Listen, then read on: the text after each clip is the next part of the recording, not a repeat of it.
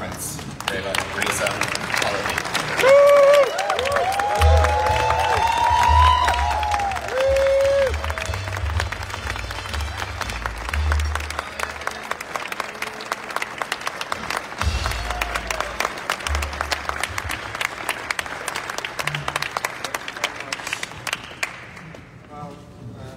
As you could see on that video, it is why I want to modify the way we look at the world. It's one thing to have hope, it's another thing to have belief that it actually can be done. And that's my campaign today. Ladies and gentlemen, good evening. I am pleased to be here with you at the Ronald Reagan Presidential Library, and I am particularly delighted to be here to honor the important work of the log cabin Republicans, especially your work to highlight the plight of the LGBTQ community in my country, Iran. Allow me to begin by thanking you for your kind words and for honoring me with this year's Outspoken Award. While I am appreciative of it, I hope that you will indulge me and allow me to accept this award, not on my own behalf, but on behalf of millions of my compatriots. For it is they who, despite suffering under incomparable repression, are truly outspoken, and at a cost that few in the West can imagine.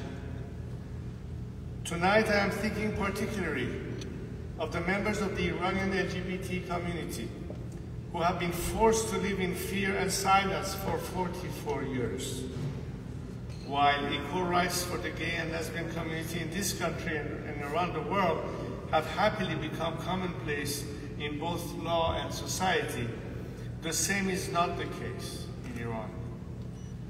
Indeed, in Iran, the clock has been turned back to the Dark Ages. Under the Islamic Republic, LGBT individuals have been stoned, hung by construction cranes in public squares, tortured and raped in jails, forced to undergo gender reassignment surgeries, and other unspeakable crimes. What this community faces in Iran is not mere social discrimination. It is a state policy to wipe them out entirely. This was not always the case in Iran, however. Before the clerical regime took over our country in 1979, gays and lesbians enjoyed vast social freedoms. Today I stand with, and I am proud to stand up for, the Iranian LGBT community. And they should know that just as I defend the right of every other Iranian, I defend their rights as well. The Islamic Revolution, however, was not just a giant leap backwards into the dark ages for the LGBT community.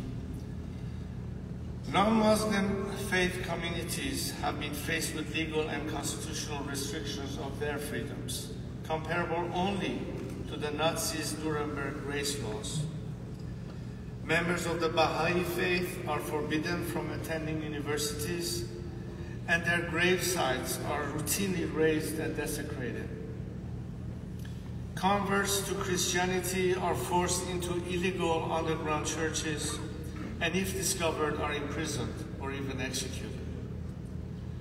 Iran's Jewish population has decreased by more than 90%, depriving citizens of the fundamental right to live in their own country.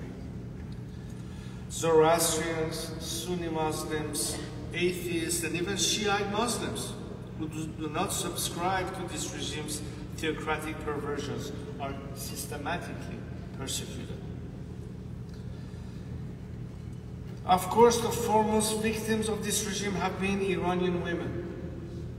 Prior to the revolution, Iranian women who earned the right to vote before the women in Switzerland served in many capacities, such as judges, ministers, leaders of industry, and military personnel. But as the revolutionaries took over Tehran, they proudly called out to the women of our country, "Take this head covering or take one in the head."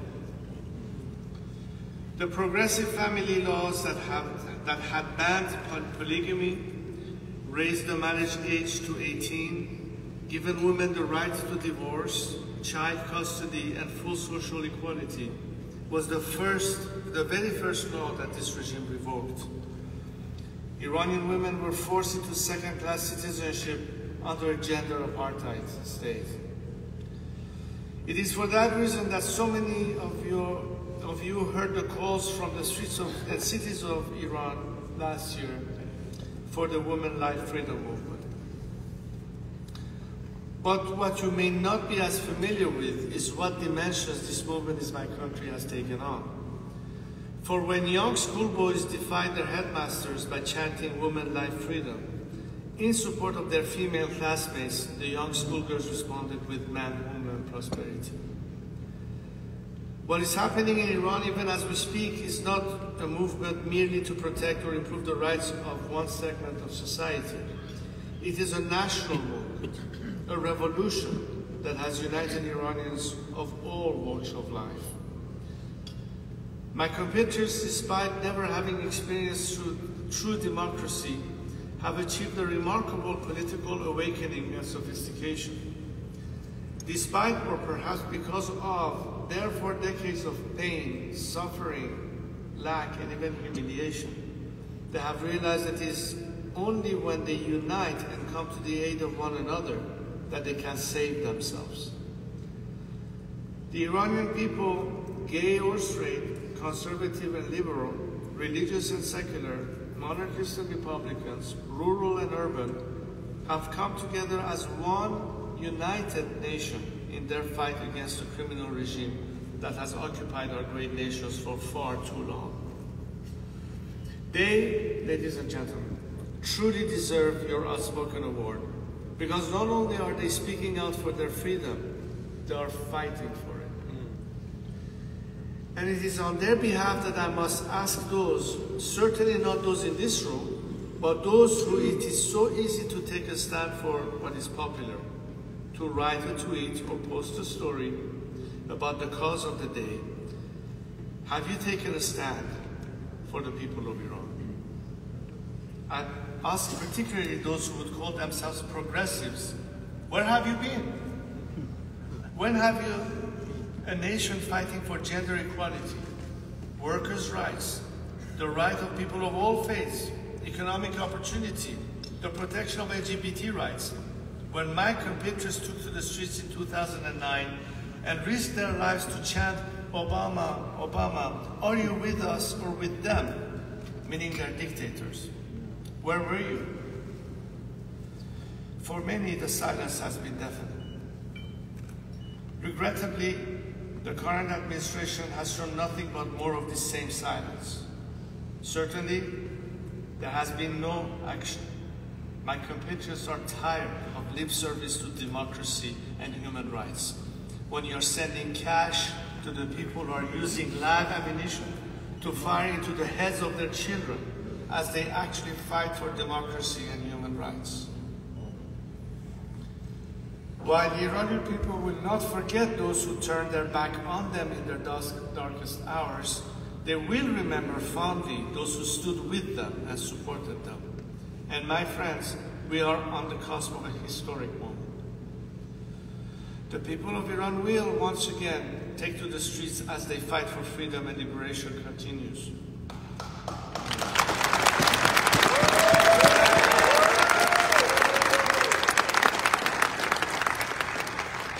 I ask all of you to be ready for that, because as we face the horrors of Hamas rockets falling, the faltering of the Abraham Accords, and more death and destruction across the Middle East, the people of Iran are not only fighting to free themselves, they are fighting to free the region and the world from the clutches of this regime and to usher in a new era of peace.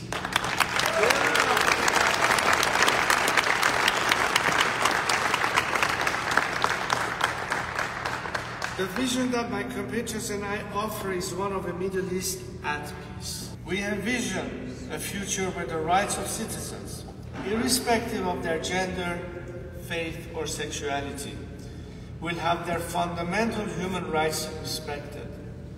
We envision a future where Iranians, Israelis, and Arabs can live side by side, not only in peace, but in prosperity.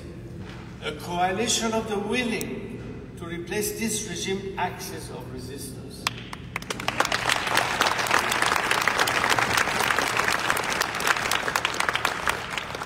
For this, my friends, is the ancient and the enduring message of the Iranian nation. We are defined by Cyrus the Great, who freed the Jews from Babylon, not by the great criminals of the Islamic Republic who seek to wipe the Jewish state off the map. We are defined by the first ever Declaration of Human Rights for more than 2 millennia ago, not by the regime occupying our great nation that seeks repression at home and aggression abroad. So I urge you to consider this vision, a Middle East finally at peace.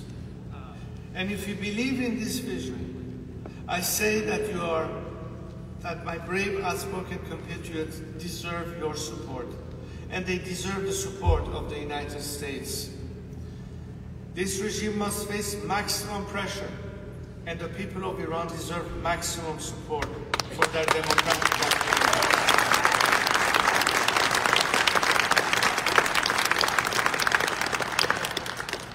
I believe my people will succeed in their historic struggle and will again be free.